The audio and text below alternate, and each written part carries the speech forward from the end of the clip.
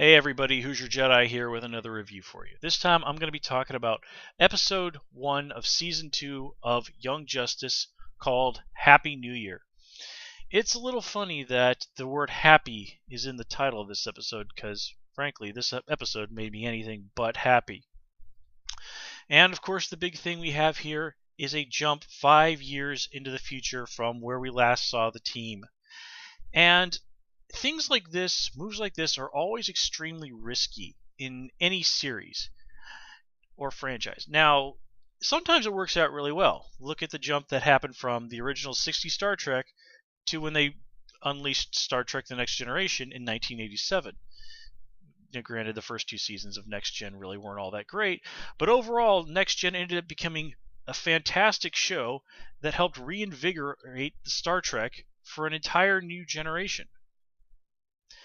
And then you have other instances where this doesn't really work out so well, such as going from classic Battletech to MechWarrior, The Dark Ages, maybe for some people the Star Wars Legacy comics, and certainly New Jedi Order. Definitely a mixed bag there. But anyway, let's continue on. It's really hard for me, and let me just get out my main problem with this so far. It's really hard for me to feel invested in what's going on here because I don't really follow the news about what goes on in the production side of these shows. I don't really read the interviews with the creators of these things very much because I want to go into these things completely cold so I can give you the most honest review based purely on what is on my screen that I can. So with that said, the thing that's constantly running through my head while I was watching this is this for real? Are we really just jumping from that point to 5 years in the future, and this is the new no joke status quo? I just cannot help but have the feeling that there's going to be something in episode or two down the line, maybe a little further, where Earth is just horribly screwed and they're going to end up having to send someone back into the past to change history for the better. Okay, I'm sorry. I just happened to have a quantum leap flashback there for a moment. Boy, was that ever a good show. I missed that show. Although I can't say I really enjoyed Scott Bakula as Captain Archer all that much. But let's not talk about Enterprise.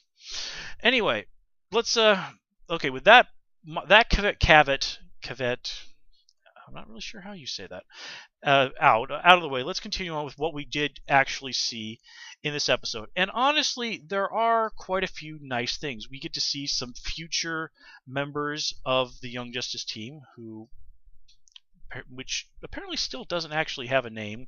We get Bumblebee, we get Mal Duncan acting as Mission Control. But when you consider that his superhero identity secret name is either Herald, which doesn't suck, or Hornblower, which does. No, seriously. Some guy in the comics, actually, some comic book writer decided that Hornblower would be a great superhero name. There was even a line in the comics where someone, I think it was Cyborg or maybe Nightwing, even said, Mal Duncan, Hornblower, great guy, terrible code name. But anyway, I'm ranting there. So we also, of course, get someone who I think I was actually quite pleased to see, which is the Cassie Sandsmark version of Wonder Girl, a very, very solid, very well-loved character from the comics. We also get this world's version of Batgirl, who I'm just going to, since we saw her earlier in the first season, I'm going to assume is Barbara Gordon. All solidly done. Definitely some very cool, very nice action girls to add to DC's fairly impressive roster of those. And they are throwing down with Lobo.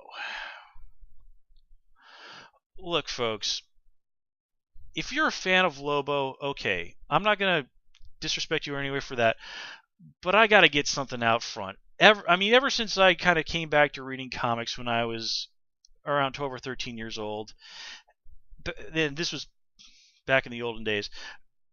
You don't really need to know exactly when the olden days are, but you can probably figure it out if you've listened to my enough of my commentaries. Okay, it was the 90s.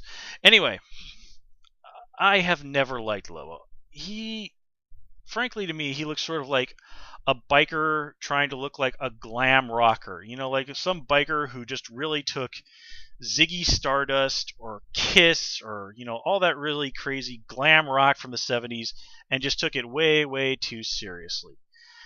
And not that all the appearances that I read of him in the comics were bad. It was sort of interesting and kind of fun to throw him up against Superman because, Superman's, basically a Boy Scout and Lobo's this jerk biker who's, because he's so insanely tough, he's a match more or less for Superman's strength, and Superman just kind of has to tolerate the guy.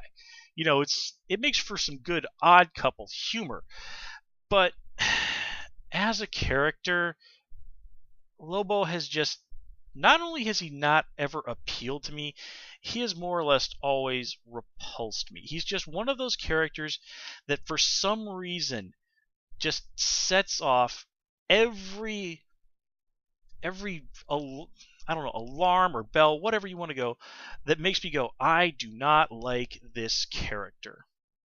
Now, I'll grant the Young Justice team here. They do a very good job with Lobo. They kind of play up his strengths, and they incorporate enough of his characteristics, his little odd words, although they do leave out his his trademark word, bastich, because, yeah, that's not going to fly, and Lobo's very thinly concealed misogyny is also intact. And, like I said, he does present himself as a very formidable character. So, points to them for doing that. And what we've got going on with the aliens, does seem to be an interesting mystery. I'm not really familiar with this species. If they're from the comics, I've never seen them before. And, what's going on, them jumping back to touch on the missing 16 hours again is good. But, again, I'm just not sure if the stakes we're looking at here are real. And that's the thing that's really dragging it down for me. Another thing is they're focusing on a character like Lagoon Boy. Now, this guy in the comics is super obscure. We did see him last season, of course. But he's one of those guys that it feels like the comic book creators just go back to this guy, dust him off, and throw him in the comics just to dust an old character off and throw him in the comics. So the guys who have an insanely detailed knowledge of comic book history going back to like 1939 when DC Comics and Superman all really came in, basically started existing. They can go like, oh, hey, I know that character. He hasn't been seen in the comics since like 1964. Okay, seriously, I'm sorry, guys. I'm sure you seem to be making a genuine effort to make me care about Lagoon Boy. I'm sorry. I do not think I have it within myself to care about Lagoon Boy. And the whole thing with him and Miss Martian, it just kind of seems like a kick in the teeth after we got such a great romantic moment that we got at the last episode. It just seems like they're doing a 180 on that just for the sake of doing a 180. And of course, we don't seem to have any idea of what's going on with Artemis. We do have the Flash is still around, but we don't know if it's Wally or Barry. But okay, let's continue on with some of the other good things and some of the bad things. One character that we do get to turn up, who for some reason, I'm actually oddly a fan of. One other thing at DC that I've never been a real big fan of are the Fourth World characters, with one of the few exceptions being Darkseid, of course, as he's one of the great villains of DC Comics, and one of his Darkseid's minions, Glorious Godfrey, who's basically his Joseph Goebbels, however you say that Nazi guy's name, PR spin master guy. And one of the things that they've done repeatedly in the comics is have him go to Earth and set himself up as a media figure in order to basically help pave the way propaganda-wise for Darkseid to conquer Earth. Well, that's probably what's going on here. And for people who don't know, G. Gordon Godfrey's name is a riff on a guy named G. Gordon Liddy, who, to give you the short version, was one of Richard Nixon's goons who ended up going to prison for Watergate. So it's basically, he's meant to be, your typical slimy media guy. And we've seen an animated version before of him on Justice League. He hasn't previously been British, but I'm okay with this change. The actor's making it work. So, for some reason, like I said, I like this character. That was a highlight for me. Having Tim Drake be Robin, that's obviously who it is. They even said his name is Tim. Apparently, even on Earth 16, nobody wants Jason Todd. And honestly, I can't really say as that I blame them. But anyway, I'm sorry, I forgot to say something about G. Gordon Godfrey there. It is sort of amusing just how bad his math on this is. Apparently, the fact that Hawkman and Hawkgirl are aliens is not public knowledge on this world, and neither is it that who else did he mention? Icon, and there was one other hero who I can't remember that's an extraterrestrial.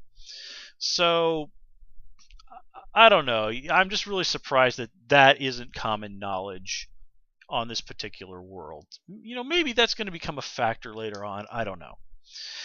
But yeah, let's move on to one of my other complaints about this episode, and that's Blue Beetle. Now, look, I have no problem with the voice actor that they got. He seems to be doing a decent enough job.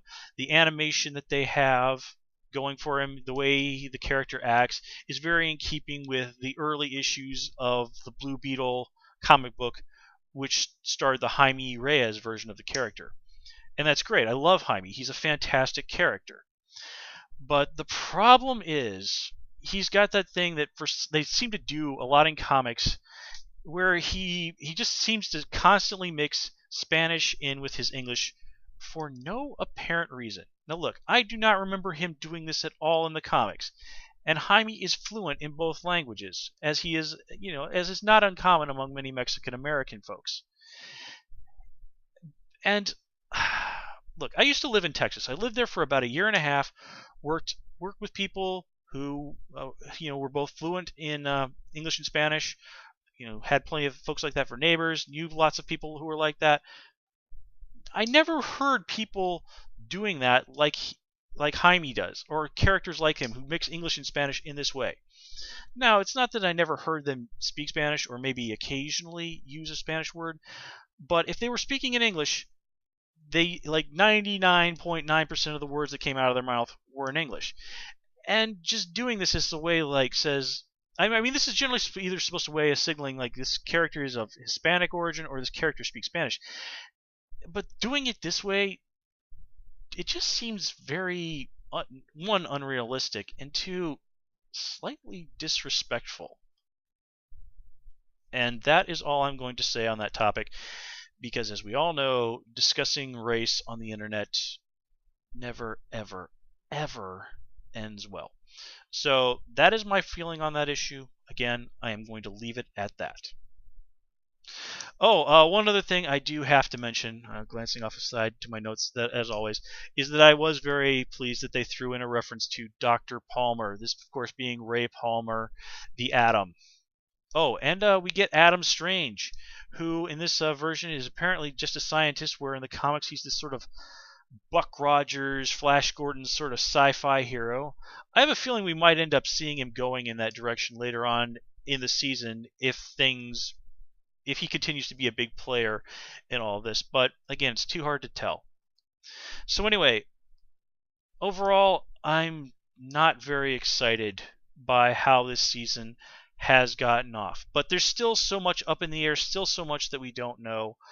I really don't feel that I can make a full judgment until I understand more of what's happening this season. So anyway, let's leave it at that. As always, please comment, rate, and subscribe. You can, of course, follow me on Twitter as Who's Your Jedi as well. Until next time, folks, see ya and have a good one.